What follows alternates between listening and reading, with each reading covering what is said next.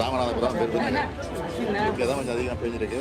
அபாயமோ எந்த விதமான ரிஸ்கோ இது வரைக்கும் இது இல்லை. அதிகமாக மழை பெய்யும், புயல் வரக்கூடிய வாய்ப்பு இருக்குன்னு சொல்லியிருக்கிறாங்க.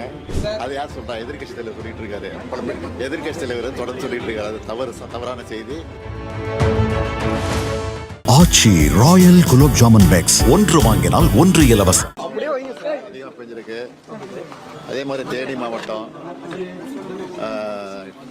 ராமநாதபுரம் மாவட்டம், நீலகிரி மாவட்டம், இது போன்ற அதுவும் நீலகிரி மாவட்டம் எல்லா இடத்துலையும் இல்லை, கோத்தகிரி பகுதியில் மட்டும் பெஞ்சிருக்கு. தேனி, தென்காசி, ராமநாதபுரம், பெருந்துறை இங்கே தான் கொஞ்சம் அதிகமாக பெஞ்சிருக்கு. அங்கெல்லாம் எந்த விதமான அபாயமோ எந்த விதமான ரிஸ்கோ இது வரைக்கும் இது இல்லை.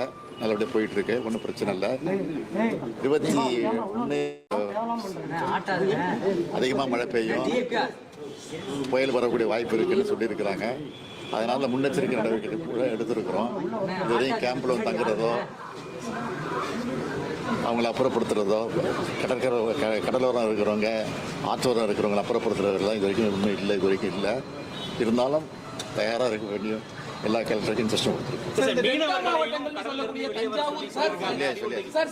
தஞ்சாவூர், திருவாரூர், நாகப்பட்டினம் இந்த டெல்டா மாவட்டங்களில் தொடர்ந்து விட்டு பெய்யக்கூடிய கனமழையால பயிர்கள் பெருமளவு சேதமடைஞ்சிருக்கு சார். அது யார் சொல்றா? எதிர்கட்சி தலைவர் சொல்லிட்டு இருக்காரு. எதிர்கட்சி தலைவர் தொடர்ந்து சொல்லிட்டு இருக்காரு. அது தவறான செய்தி. அதுக்கெல்லாம் முன்னெச்சரிக்கை எடுத்திருக்கோம்.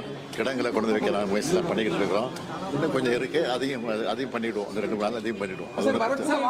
சென்னையிலுமே கொஞ்சம் மழை அதிகமா இருக்குன்னு சொல்றாங்க. என்ன மாதிரியான பிரிகாஷன்ஸ் எடுத்துக்கிறோம்? இது இப்ப இல்ல, ஏறக்குறைய 2-3 மாத காலமாகவே இதற்கான முன்னெச்சரிக்கை எடுத்திருக்கிறோம். தொடர்ந்து எடுத்துக்கிட்டு இருக்கிறோம். எந்த விதமான பெரிய மழை வந்தாலும் அதை சமாளிப்பதற்கு இந்த அரசு தயாராக. ஆச்சி ராயல் குலோப் ஜாமுன் பேக்ஸ் ஒன்று வாங்கினால் ஒன்று இலவசம்.